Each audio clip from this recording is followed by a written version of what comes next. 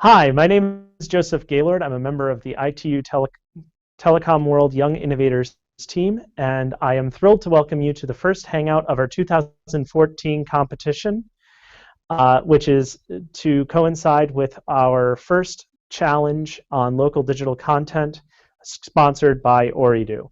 I'm thrilled to bring you a great panel today featuring 3 of our current participants, 1 of our former winners, and 1 of our selection committee members and experts. And today is going to be a question and answer session featuring some of their pre-prepared questions and some questions from you at home through the ITU Telecom, ITU World hashtag. So before we get started, I just want to do a quick introduction with all of our panel members so that you know who they are and we can give a little bit of context to the conversation that's going to happen today.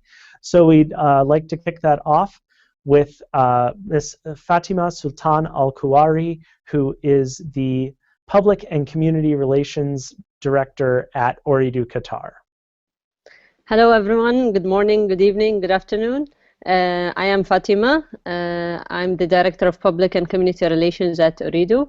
I'm a technology lover, a social media advocate, a communication professional. I have more than 8 years of experience in the telecommunication field in product development and product management. I'm a technology entrepreneur myself, so I wish you all the luck and looking forward to this discussion. All right, and next we're going to go to one of our former winners, Varun. Sorry, Varun, I forgot your last name. Varun, where's my screen? Varun Aurora, coming in from California.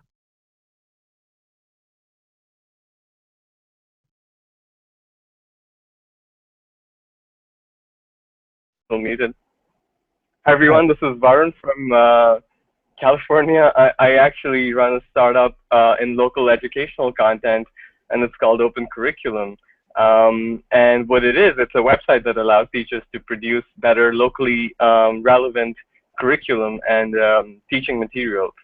So it's very much in the world of educational materials. I actually happen to be, as Joe mentioned, a winner of the Young Innovators competition in 2013. And my background is I'm an engineer and designer by profession, by study, by field of knowledge. And I actually happen to be from the Middle East and only happen to be building my startup in the US. Fantastic.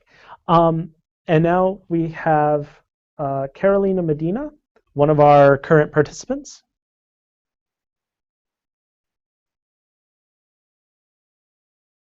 As we get Hi, how are you? My name is, can you hear me there?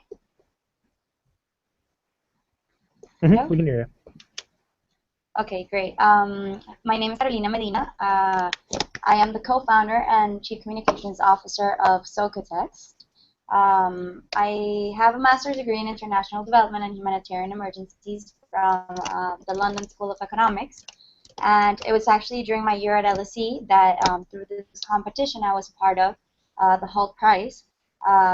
Alongside 4 friends from LSE, we started Socatext. So Socatext, in short, creates a virtual buyer group that uses mobile phones to group demand and unlock wholesale prices for vendors and loans. Currently, the vendors that we work with buy individually and in very small quantities. Our platform aggregates their demand to place the order without them actually having to put together. In this way, we average by 20%. And our system is very simple. First, our network of existing vendors who are mostly women in the slums pre-order using their mobile phones. Then we aggregate these orders using our proprietary software, which is currently set up for English and Swahili, but it does have the option of being easily translated to any other language. We manage the distribution of these orders through our wholesale outlets who have been previously established at the edges of the slums. And by sourcing directly from farmer cooperatives, we ensure lower prices and higher quality of fresh produce. Our affiliated vendors then pick up their orders from our nearest outlets, saving time and money and transport that they currently spend going to faraway markets where they used to supply their stores. And finally, our vendors pass on the 20% savings to their customers. And this is something that we've actually seen during our pilot in Nairobi. We actually tested our prototype model there, and we noticed that the vendors actually look to increase their overall sales rather than their margins, and hence they choose to pass on the cheaper prices. During this pilot, which we held for 3 weeks in Nairobi, we were actually able to set up a fully functional outlet which supplied 27 vendors in the slum, and hence allowed us to reach almost 2,000 people. And yeah, currently we are starting our beta pilot in Nairobi, and we're looking to expand to Latin America via Colombia. So this is actually why I applied to the ITU Young Innovators Competition, hoping to get that support from this platform. Fantastic, thank you. So next we're going to go over to Kenton Milroy, who's another one of our current participants, and he's going to tell us about his project. Yeah, hello everyone. My name is Kenton Milroy. I'm from the South Tiny Pacific Island from Vanuatu, couple of hours away from an hour away from Australia. So if you don't know where my island is, it's my country is. It's just a tiny dot you could not see on the map. So that's where I come from.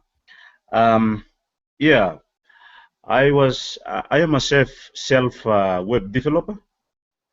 Back since 2007, and during the time we've got no internet, we've got no whatsoever. It was like, I mean, we've got internet, but it's satellite type and it's very slow. So I'm not formally trained as a web developer, but I get books and start, reading it and mucking around with code. And since 2007, I fell in love with developing websites and web apps. So I started doing things in my stuff in my garage. So after completing some studies, I mean, self-training myself, I was contracted to develop some web apps and some websites for some airlines, I mean, people in Australia. So they came along and outsourced 60 projects. So I finally completed. And from the time onwards, things started coming up in Vanuatu. I mean, internet started getting much better. So then I went into the business seriously. I mean, the development side. And I fell in love with JavaScript. At the time, it was like a cave programming language and stuff. But slowly, I began to develop it into develop my skills into become like competent. And recently, when this year, that's a revolution for Vanuatu because we've got submarine cable all the way from Fiji, our closest neighbor island. Submarine cable all the way from Fiji, the Southern Cross cable from Australia to Fiji, then to us. And that's the time when it's like we are connected to high-speed internet. And I was like, oh, this is very timely. I should apply for a funding project in ITU. So yeah, I got a lot, like I've got 70 projects from the government to develop web apps and websites. I've developed a couple for regional organizations like the regional organizations that looks after Fiji, Papua New Guinea, Solomon Islands, and New Caledonia. So yeah, and I traveled to Belgium, France, and other places of the world to develop web apps. And currently, I'm contracted to a French local company to develop web apps. Yeah. And my startup is called Garden, Garden, like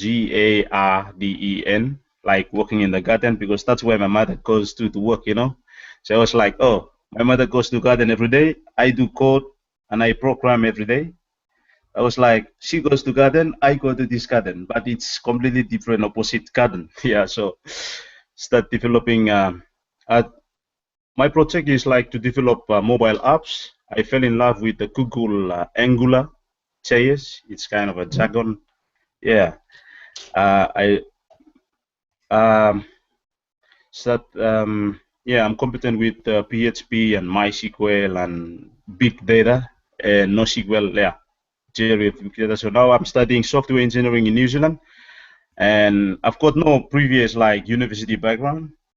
I just like they saw me doing this stuff, and the government said, "Oh, we'll send you to train up to become, you know." So I came here, and so far I enjoy my studies. And my project is to develop iOS and Android mobile apps. I've created a YouTube channel for tutoring coding and programming in my local dialect. And yeah, I've got lining up now. I've got 10 major government websites and an Android and an iOS app to be developed. The constitution of Vanuatu will be transformed into iOS and Android, which is I'm working on now. And I've got a traffic application to work on, which is a major project for free. That's for free. The constitution will be made free to the 250,000 population of Vanuatu.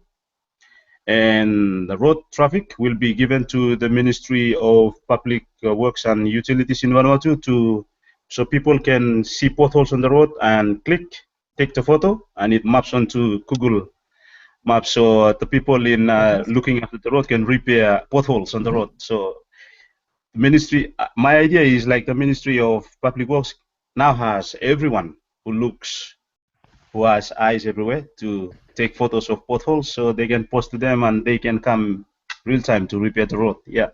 Great. So basically,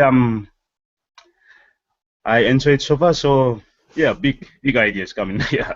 Yep. Fantastic. And then we'll go over to Samine. I'm going to get this right.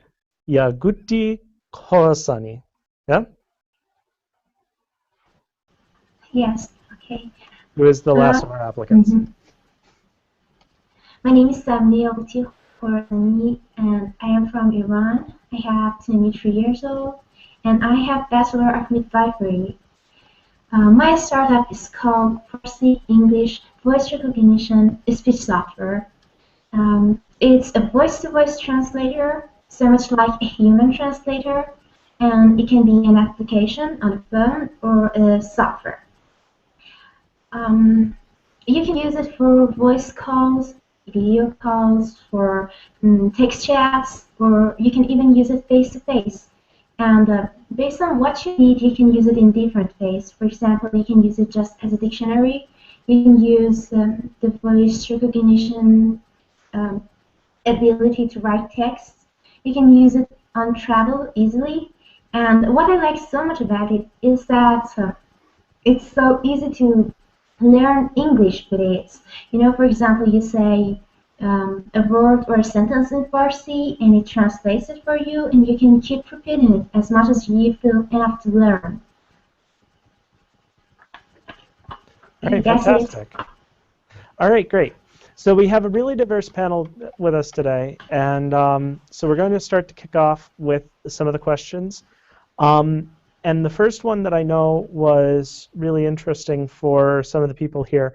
Now, the Young Innovators competition offers $10,000 US in seed funding to the winners, and we would be interested to hear, especially from Varun and Fatima, what some of the suggested or typical uses of the seed funding from a competition like this might be, what someone would do with the money when they win something like this.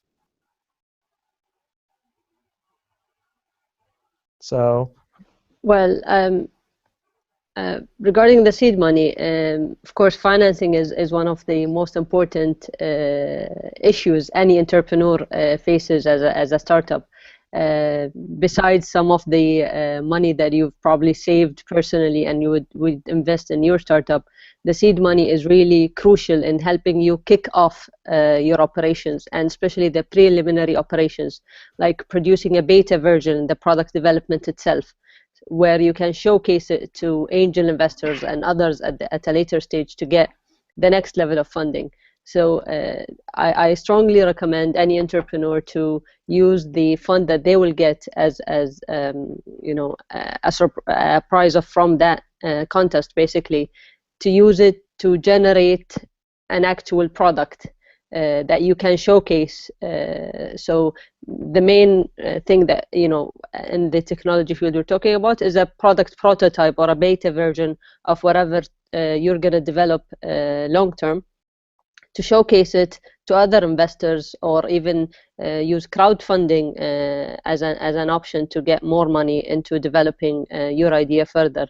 But from my point of view, the most important point in getting the seed fund and using it, utilizing it, is to get the beta version ready to showcase something, a product that you're actually willing to get money from investors and further develop.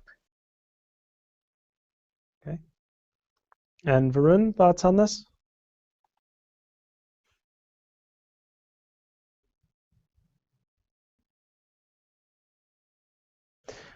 Okay. So I guess flowing out of that, we had the question about. Okay. Joe, I have an answer. Okay. You got Sorry. unmuted. Yeah, so I 100% agree with Fatima. She's completely right. I just want to stress on things that people should not be spending seed funding on, especially this amount. They should not be spending it on marketing. They shouldn't be spending it on hiring people. You shouldn't be spending on office. This is not the time to be spending legal expenses. This is primarily to just keep yourself to survive, to go for the longest time, and to spend it on bare essential costs, just to be able to go through the next stage. So it's very important to identify what the stages are in venture development and going from idea to prototype to business.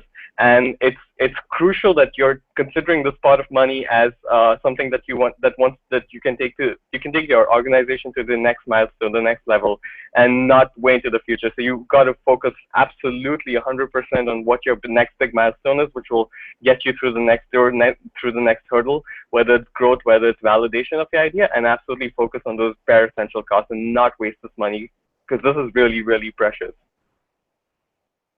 Okay. So kind of flowing off of what Fatima had as a point, what does the process of creating that prototype or beta look like? And how do you kind of get a sense of what that cost and what the requirements are going to be for getting that, if you're just starting into this from the outside and you don't necessarily know where where you're going to get the funding for that, and where you're going to get the skills for that, and all of that sort of thing, and what are some of the concerns that you have as far as creating a prototype for this kind of venture? Okay, so I can answer that to some extent. I think it's extremely important for the founder of the organization, of the startup, or the idea creators to assess what the problems are and what needs to be done themselves before they outsource the job or before they give anyone else. So if it is creating a web-based product, whether it's creating a mobile app, like Kenton was saying, you really have to try to do it on your own. You have to determine what the hurdles are, what the opportunities are, how hard of a task is it, and you have to scope it out. Because once you scope it out, you can actually determine what resources need to be put in. And as a founder, you want to be able to accomplish those things on your own without trying to give it off to other people, because however lucrative it might seem to be able to have someone else work on it, the truth is that as you're growing your organization and you're delegating tasks, it's becoming harder and harder now when you're 2 people and you're 3 people to get very few things done. So you got to focus on doing as many things as you can on your own. You've got to start off with an idea, and you're going to be validating ideas, and then you're trying to do a loop of building, measuring, and learning. And you've got to do this as long as you can without hiring someone on the outside, without getting an employee. And once you're able to actually go through this process of building a product, constantly measuring metrics of what's working and what's not working, learning and feeding it back into the building process, and then going to a stage where growth is a problem and you've actually gotten it to the market. And when growth is a problem, that's when you consider hiring. So if you put this in the context of a founder's mentality, then you're really thinking, what can I do as a founder in which I don't have to involve anyone else? And I'm going to stretch my capabilities. I'm going to stretch my limits. If I don't know product development, I'm going to learn myself. But if I don't know how to prototype, I'm going to pick up some books and I'm going to literally prototype myself every day. And these are all doable things by almost everyone. It's just that people get a little lazy and a little scared and a little intimidated. And I think all of these things can be picked up. And I'm sure Fatima has picked these up. I've picked these up over the years. Yeah. Okay, so it's kind of focus on what you can do and then fill in those skills for yourself rather than looking for outside assistance and all of that. Fatima, you had some thoughts? I would agree to a certain extent on honing some of the skills that you have, but I want to also emphasize one key point is you can look for co-founders and people who kind of complete the skill set that you have. No one can do anything on his own, 360 well-rounded. So finding the right co-founders and then making partnerships with people who can actually, it could be friends and family members who can help you out with the different skills and techniques, or university colleagues who can help you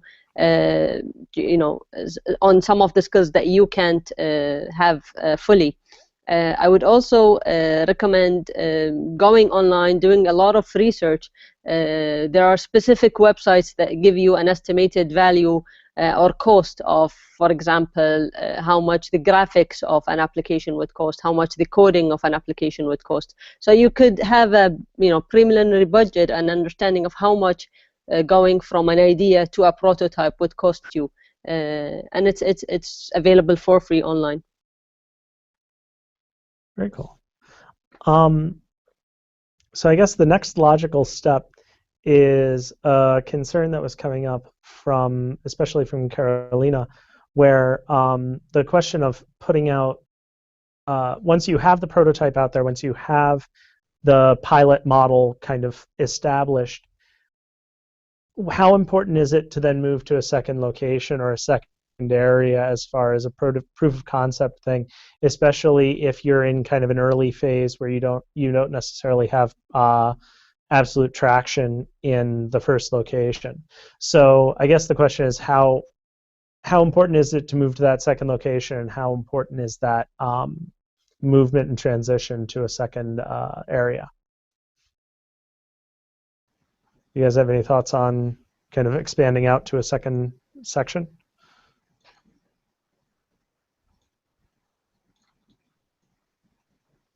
Okay.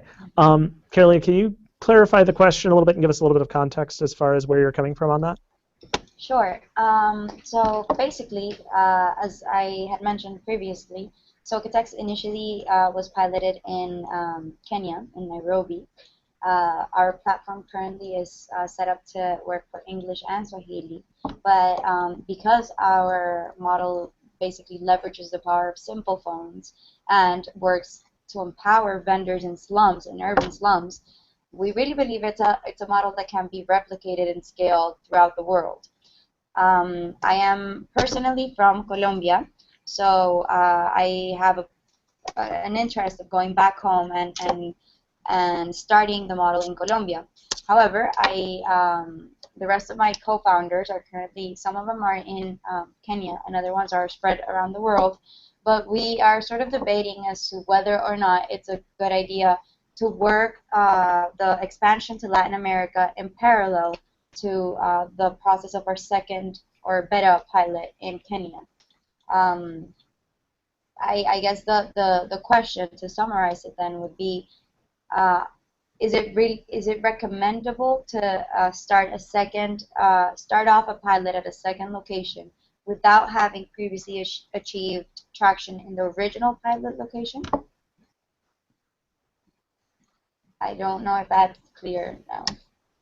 Okay, that's a really good question, and we've dealt with it, so I'll take that too. Sorry for hogging the attention here. So no, that is a big pitfall that you want to avoid. And our investors basically gave us one mantra to follow, which is making something people want, and after making something people want, making something people love. And you've got to constantly try to make a few people really, really happy, and you got to do it in the same environment. And if you feel like that's not your market, you got to move. You can't be focusing on multiple markets at an early stage.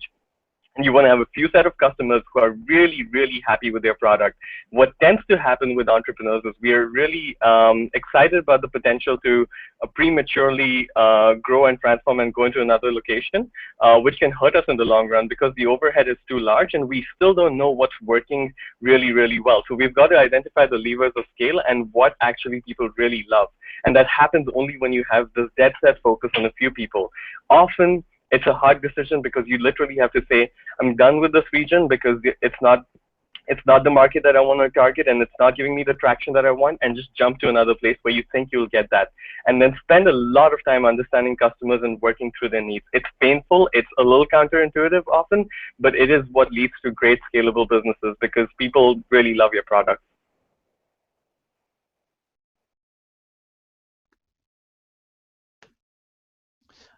Okay. And Fatima, do you have any thoughts on this, or? I actually agree with Varun on that sense. You don't want to stretch yourself too thin at the beginning. You need to have the focus and the patience and, to be honest, the courage to say no sometimes and to rethink your strategy. And it's not easy. As a startup, as an entrepreneur, you have this passion and enthusiasm that actually is needed to be successful. But you sometimes have to control it and just hold yourself back and focus and go back to the plan. Just have the focus and the dedication that is needed. Okay, cool. Do we have any thoughts from the participants at this point, the three of you that are currently working on the competition and kind of in this initial phase where you're kind of kicking things off? Do we have any thoughts, reactions to the conversation so far? Yeah, I think just to reiterate on what Varun and Fatima stated, they said a good thing about like focus, keeping yourself not to spread out.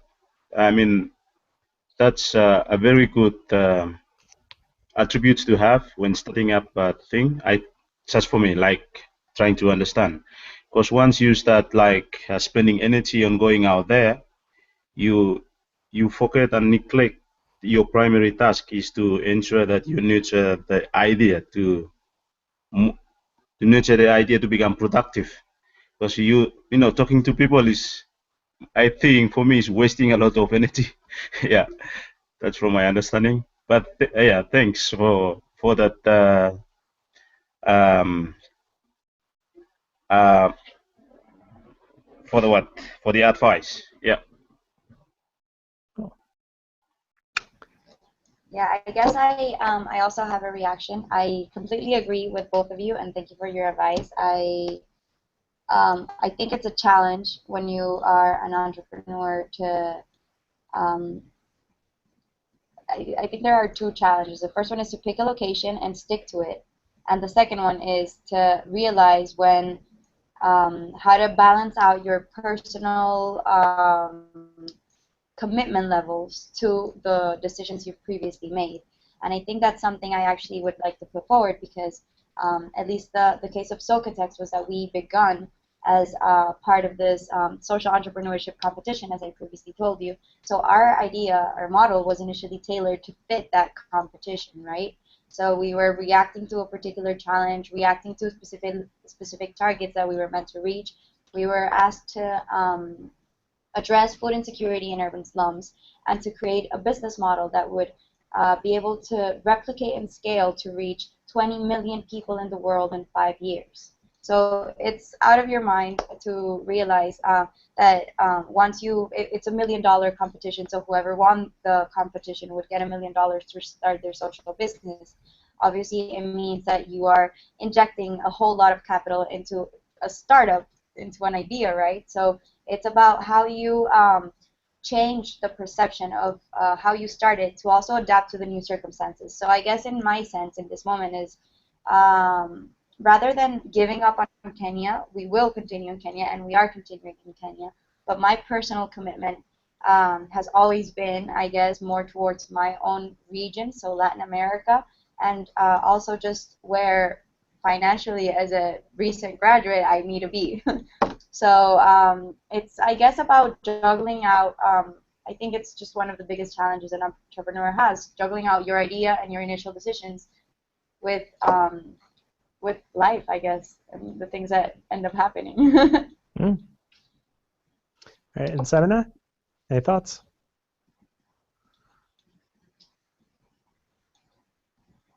No. Okay.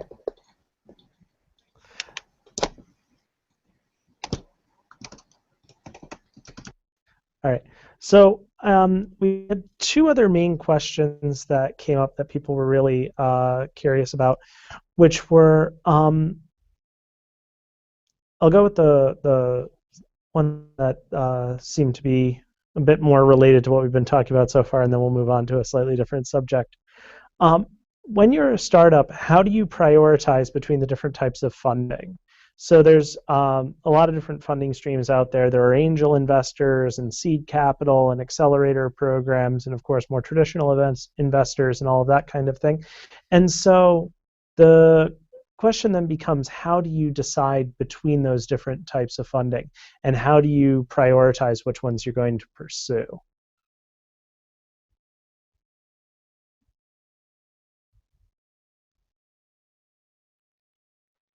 Well, I think the type of funding that any entrepreneur should look at depends on the stage the business is at.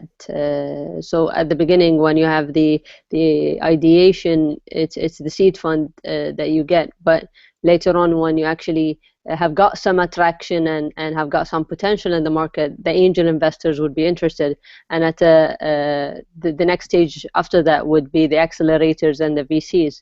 So it all depends on the stage that your startup is at, as well as what exactly are you looking for. Because in angel investors, for example, you're not only going for the money for helping you out with in terms of monetary value, but with angel investors, you actually get the network that they offer, you get the expertise that they offer as well. So it differs in that sense, and it also differs from region to region in the understanding of such different investors.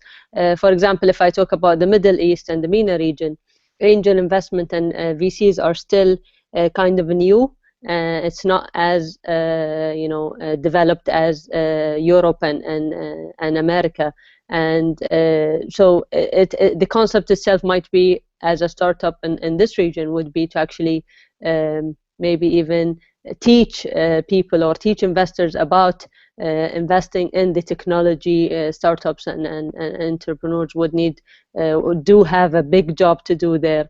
And I assume probably in some of the regions similar to us as well, it is the same concept.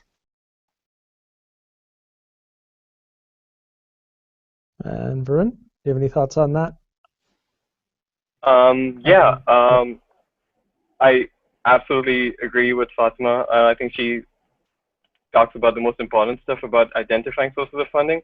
I think I will say it's really important for entrepreneurs to make sure that they're not giving up too much equity in their company, and they have to be very conscious about what's the best way I can get, or how much do I need for my next milestone, and what's the best way I can not give up a lot of my company and get that amount of money. And I guess a lot of entrepreneurs are fascinated by a lot of companies that are doing great on the web today, but not actually making a dime of money till they're really, really big. And I don't think that's a very scalable way. I don't think that works in most industries. In social entrepreneurship, it basically fails because venture capital is great in environments where there's high risk and high return. Usually in social entrepreneurship, there is no high return. And so it's really, really important for entrepreneurs in social entrepreneurship to be thinking about revenues from day one. Because you've got to, what is funding? Funding really is a means to be able to hire a team, to be able to grow to the point where you're self-sustainable, where you're crossing the break-even point. So if you got that in mind the whole time, you're always very careful about, do I need the funding? And if I need the funding, what's the least of my company that I can give up? What's the least of the control that you can give up for your organization? Because you want to protect your baby and you want to make it big. And so the only way you can do that is actually not giving too much of it. So just focus on these important parts and don't get too caught up in the idea that you want to get a lot of money from outside because it's fancy or because TechCrunch thinks it's cool. So I'm going to step in and actually take a little bit of moderator's advantage here and ask a question that's come up with me a couple of times because I'm not 100% an expert on startups and entrepreneurship, though I'm working on this competition with the ITU. And I guess my question is there a model of the stages that you guys have been talking about and the milestones that you've been talking about? Is there a model that you see as fairly universal, or is that kind of determined by the nature of your startup? And if so, how do you sort that out? Because I know that actually the three participants seem to be at very different points in the process. So is there a universal rule as far as that goes, or is that determined by your own business?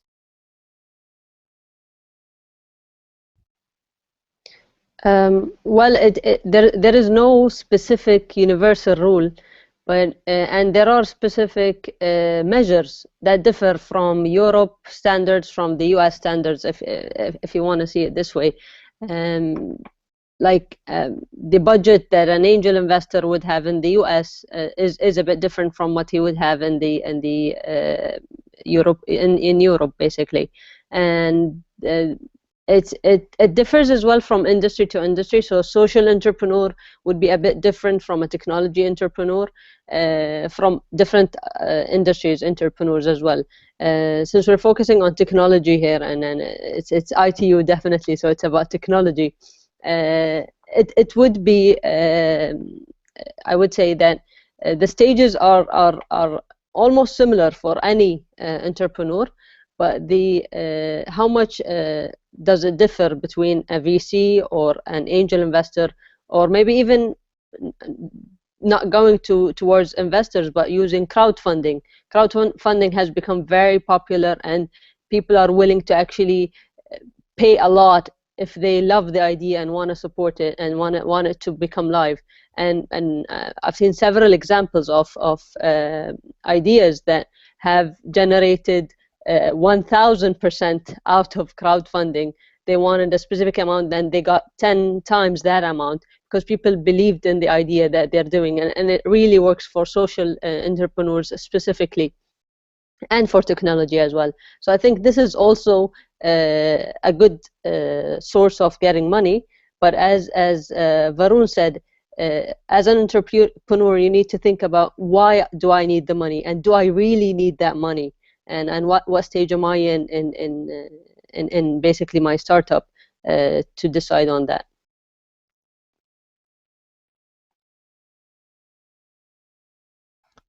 Varun, do you have some thoughts on the milestones that you were making reference to? Yeah, I think I'll cover the other side of it, which is a non-funding bit, because I can't do a better job than Fatima did. I think it's at an early stage. I think it's really important that there are a few milestones. These are core and essential to any kind of business. They come at different points of the cycle of the organization because of the way these ideas started or how the team got together. But I think it's fundamental to remember that they're always early stage ideas until they have been validated. I think so. You have an idea, you have a theory for a change in the world, and I think the next most logical step is validating it. And validating it doesn't necessarily mean building a product out of it or going in the market or releasing something. Validating the need is making sure that this gut, this theory, this hypothesis that you have is actually a real problem in the world, and other people face it, and they're willing to maybe pay for a product that you're going to serve, or they actually feel the need as much. And once you've validated, I talked about this loop of building and measuring and learning. If you want to go from this validated idea, I think that the problem is X, and I've actually tested in the market by going to a lot of people, by talking to customers, by spending a lot of time with them, by shadowing them, that this is a real problem, and they claim it's a real problem, and they will give me $5 or 5 reals for it. And then going through the process of actually building something, measuring it, So taking it out, establishing really, really concrete metrics about what you think is success for you, and then learning about what worked and what didn't. And once you do this once, you realize it's a beautiful path to help you discover things that you can feed back into your product, into your service. Feeding it back into your service, and then going through this loop several times until you think you've nailed it, or you've gone long enough until you feel like your customer is happy and they're willing to pay for it, or they really want to use it. I think once you've used it, then things become a little more clear. That then you know that the problem is growing. Then you know that the problem is going from 10 happy customers to 100 happy customers, and you do the next logical thing. And I think a lot of people get caught up in hiring. I know I did a long time ago, and I think you should put off hiring until it's actually the biggest problem. Growth is the lifeblood of all startups, as our investors say, and you've got to hiring comes, or a lack of human capital comes in the way of growth, then you've got to hire. And these are kind of the rough kind of stages that you want to grow into.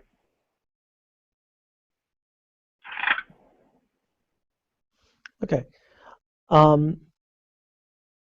So thanks for clearing that up. At least for me, I don't know if anybody else had that same concern, but that was something that, from my point of view, I was a bit curious about. And so I guess the next question is, moving over specifically to the theme of the challenge right now, the local digital content issues. What are some of the risks in developing local digital content, and especially in terms of government support and promotion, but then I guess also in terms of maybe markets that are available and who you're going to sell this product to when you're looking at maybe a language group that might be more narrow or might not be as well connected, or any of those kinds of issues that might be out there, or might even be not as well supported in terms of public services and so on.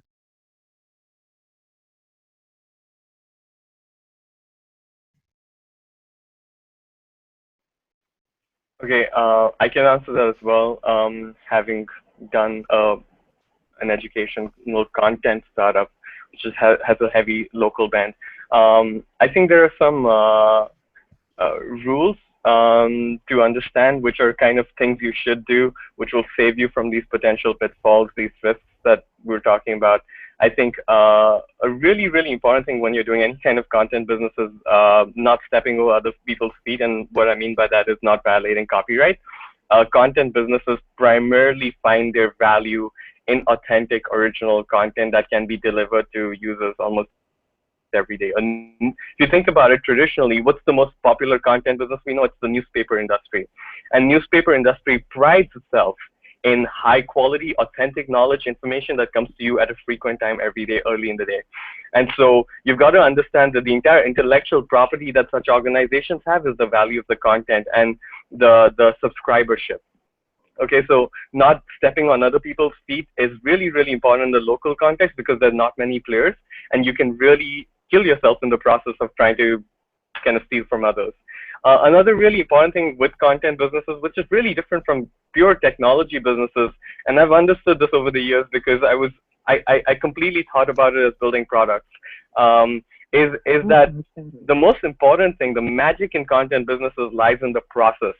And if you can determine the process and the levers for scale and automate as much as you can, but also make sure that you understand what are the aspects and the publishing cycle of whatever content you're working on, I think that's really, really important. A risk for an entrepreneur in this space is trying to consider it like a product business and actually releasing versions of things and releasing and focusing too much on your channel and distribution and forgetting that the magic lies in the process of the content, because you can scale only when you can scale content production and content translation and content curation. So, yeah.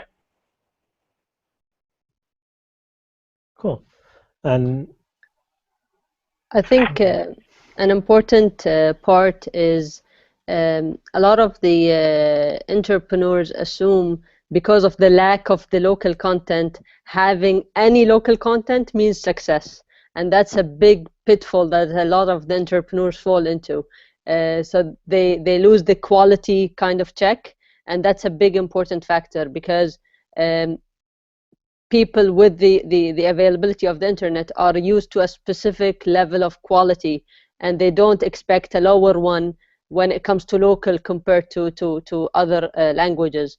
If I have a local content that is provided to me with a lower quality than other content that I can view online, I would definitely go to the other content rather than my local content because of the quality part. So the lack of the content shouldn't be a pitfall that entrepreneurs fall into and substitute quality for the existence of the local quality. Another aspect that I would think of is the importance of research and understanding your segment market. So when you talk about content or local content, which content are you producing? Are you providing as Varun said, if we're talking about the industry of publishing and content creation in terms of newspapers and magazines and stuff like that, we have to interview the readers of these magazines and newspapers before creating the content that suits them. If we're talking about creating local games, we have to talk to the youth and the children who are playing these games and understand their needs, then localize that and understand how they actually can contribute to making it better.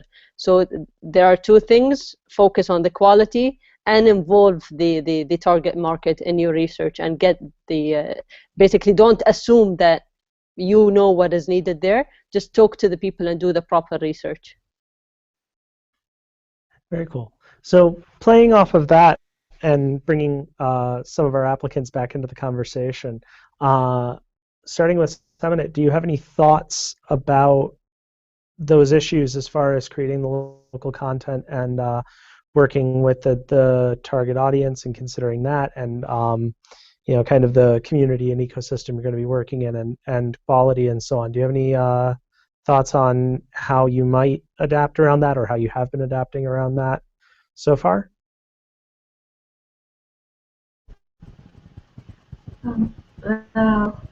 I hadn't thought about asking so many people. I have asked people around me, and well, most of them said it's a good idea. I searched on the internet and didn't find anything like my idea. And well, I guess I should start asking more people,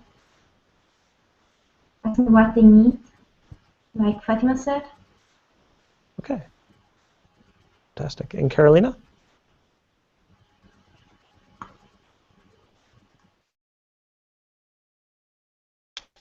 Hi.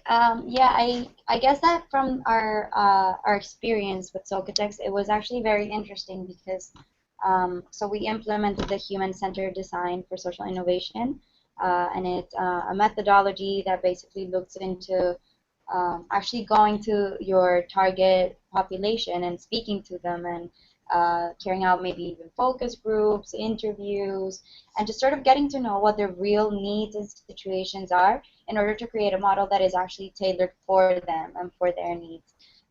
So I think that the lesson that we sort of took out of this is that when you actually implement this sort of methodology on the ground, you have the potential to take a replicable model that in essence is just aggregating, sort of creating an economy through the aggregation of products, and so supply and demand, using mobile phones, which seems like something that could work anywhere in the world, but adapting it to the local needs of the population you're actually looking to target.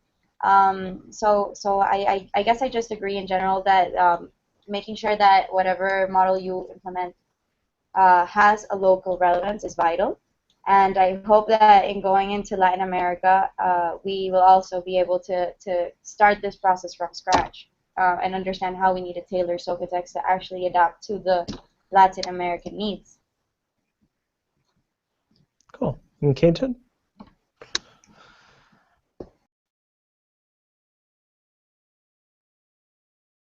I think you're still on mute. Hold on. Oh, sorry. Okay. Yeah, okay. Yeah, it's interesting stuff going from Varun and Fatima. Yeah, those are very important points, because if we do not start from the starting point, we will end up being fragmented throughout our startup project, being fragmented is some of the things that I think, for me, is going to damage the idea at its initial inception.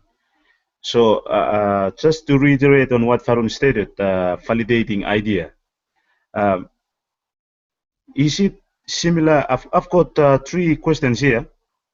I've got the first question from Varun. Varun, when you stated validating idea, do you mean like feasibility, where you have to go out and is it the same with user requirements?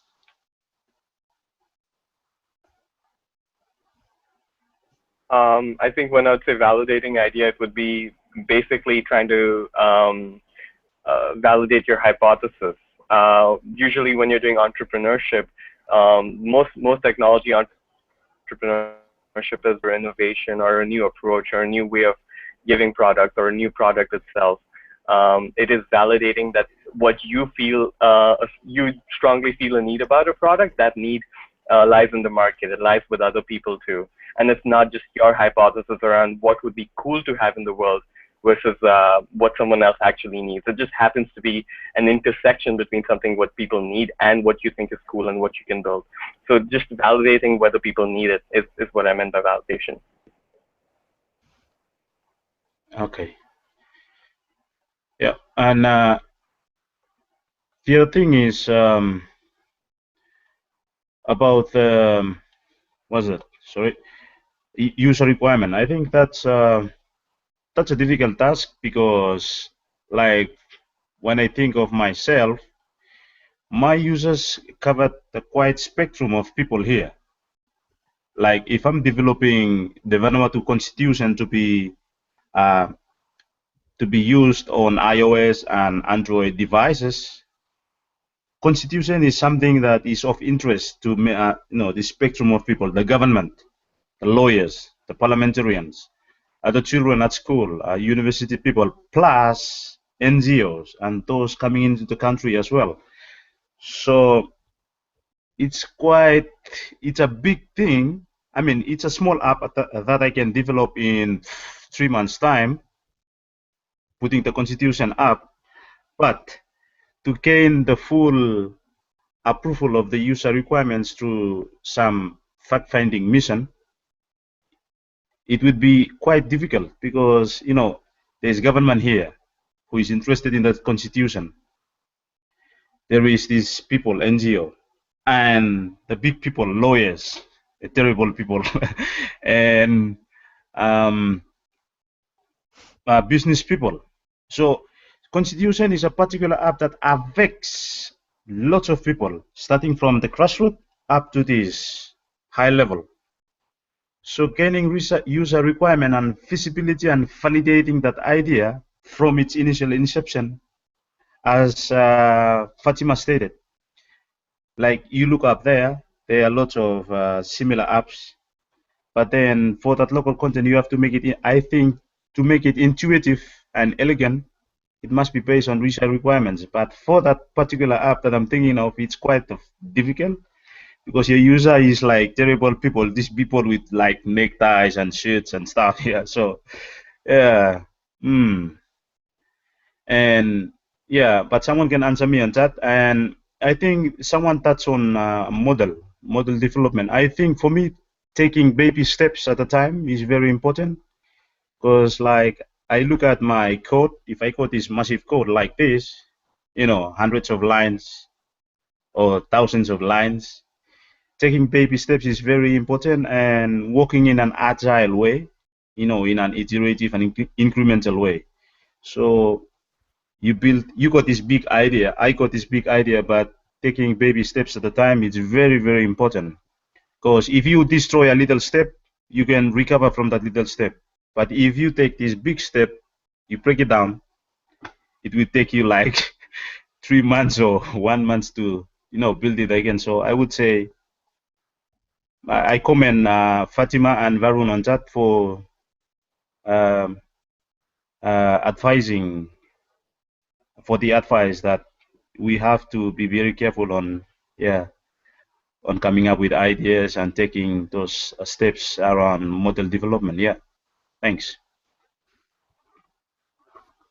I would like to just comment on the diverse customers that you're targeting with your app. It is definitely quite difficult to get, you know, the feedback from all these subgroups on day one of launching the app.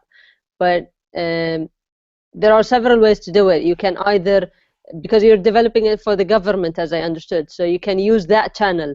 They definitely have research on the reason to developing this app in the first place, and you need to focus on that at the first stage. But also keep in mind that there's always continuous improvement and development and updates and new features that can be added on, and you cannot do that from day one. The app cannot be 100 perfect from day one you launch it. So the add-ons and the features are actually a good way to improve it, and getting the feedback from the subgroups on a continuous basis is what is makes the app better and keeps improving. So I understand the diversity of the segment that you're looking at, and the way to tackle that probably is with phasing out the different features and introducing a new feature that address one need at a time. Would be good. Okay, so at we're kind of drawing toward the close, but I wanted to ask one more question because I know that a couple of the people on the panel had been really curious about this, and we actually have a couple of tweets coming in that are questions on this issue. But I know, Fatima, you had brought up the idea of crowdfunding as a funding stream and something that you're really excited about. And I guess there's a few questions about that. How do you get people to believe in the idea? How do you push it? What are some of the outlets that you have for crowdfunding? So can you talk a little bit about that before we get going? Sure. Crowdfunding basically is quite a unique and a recent idea, and helps people with ideas to get money from people who believe in these ideas. You definitely need to have someone good in marketing and in write-up. And again, there are several resources online to help you position the idea. You have to basically sell your idea to the world. And if you're not yourself good at marketing or in promoting the idea itself, there are several ways. You can do it even with a laptop, a small video that explains the idea itself, showing the impact the idea. What is the problem? It's very simple. What is the problem that you're solving? Why you are the solution? And why should people help you? These are the simple questions that you should put in your proposal on these different crowdfunding websites. There are several ones online. I know two of them. I'm not sure if I can mention their names or not, if it's visible. I don't see one reason why you can't mention them. I mean, a very famous one is Indiegogo, and the other one is Kickstarter. And if you can just go online and see some of the ideas, you'll get inspired, and it's basically, it will inspire you to just put your idea out there. The good thing is people who are used to being on that platform will actually give you feedback on how to improve how you position your idea. And it's a very simple idea where you actually sell or contribute some of the assets, exclusive assets, in exchange to getting money. And a lot of ideas are there, a lot of good ideas. And I encourage all the contestants to actually try to get funds through those channels as well. Fantastic. So we have a question coming in from Asain Beatmaker on Twitter, and I had said that was going to be the last one, but this is a very big question, especially for local digital content. The question is, the general perception is that Africa is too risky to invest in, and how can we change that? And I think that that's something, I think we can say Africa specifically, but then maybe even ask about other areas that might be considered too risky as well. And those are kind of the areas where local digital content is clearly a major issue. So can you guys give a little bit of feedback about approaching that kind of situation? I know even Carolina might have some experience as far as dealing with a startup in Africa.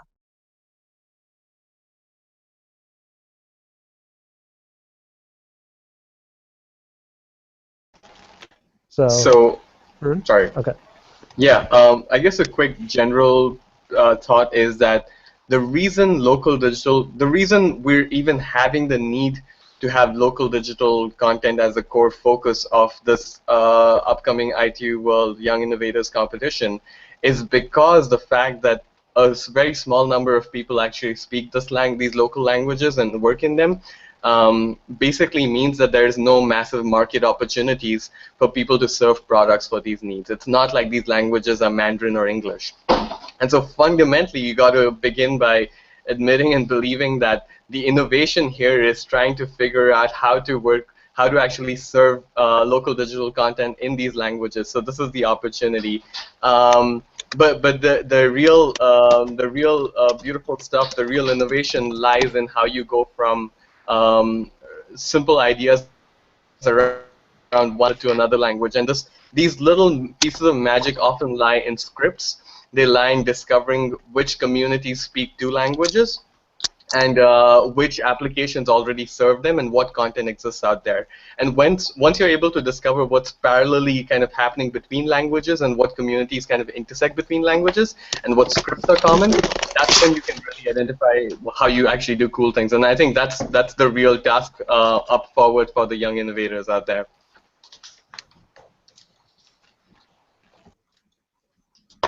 Okay. Any thoughts on that, Fatima?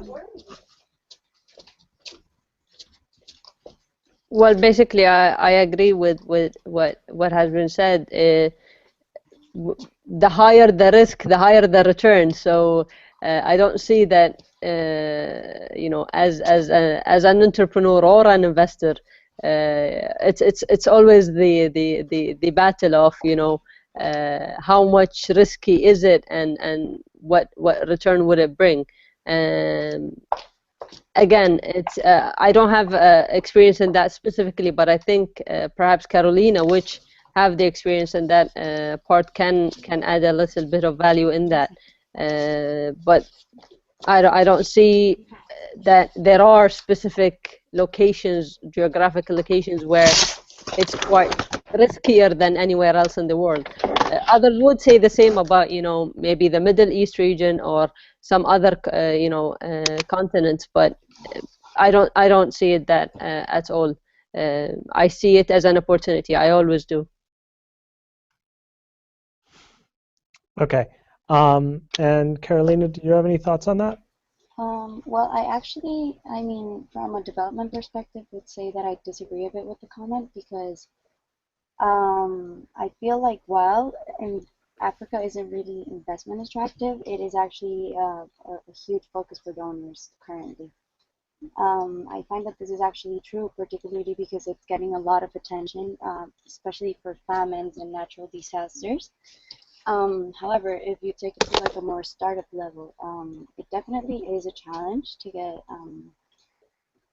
investors in general, I guess, for startups, particularly for social startups. Um, so I guess it comes to what someone else was mentioning about sort of making an investment attractive rather than focusing on the location.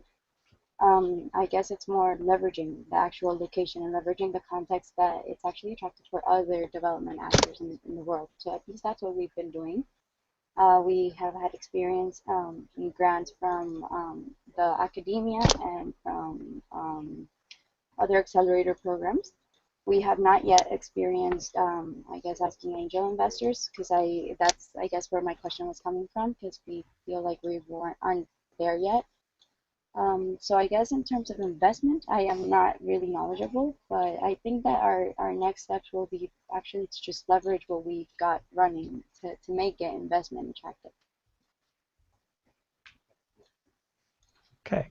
Well, we've had a lot of applications coming out of Africa, so there is a lot of the active startup scene coming out of there, and there is a perception that there's a high risk, but I think that there is something to be said for Fatima's thought that it's high risk, high reward environment in there, and we do get a lot of active applicants out of there.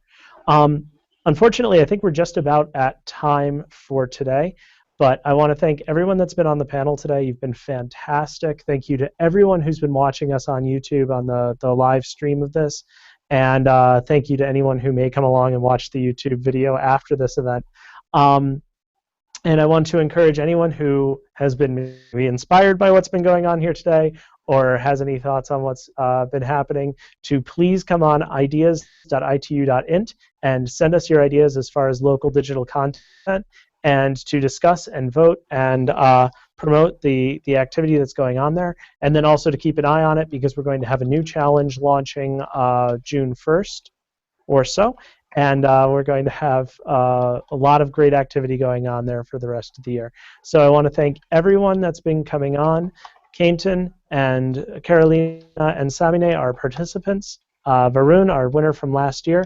And of course, Fatima from Ooredoo. And thank you to everyone. And yeah, it's been a wonderful conversation. And yeah, have a nice night. Thank you. Thank you.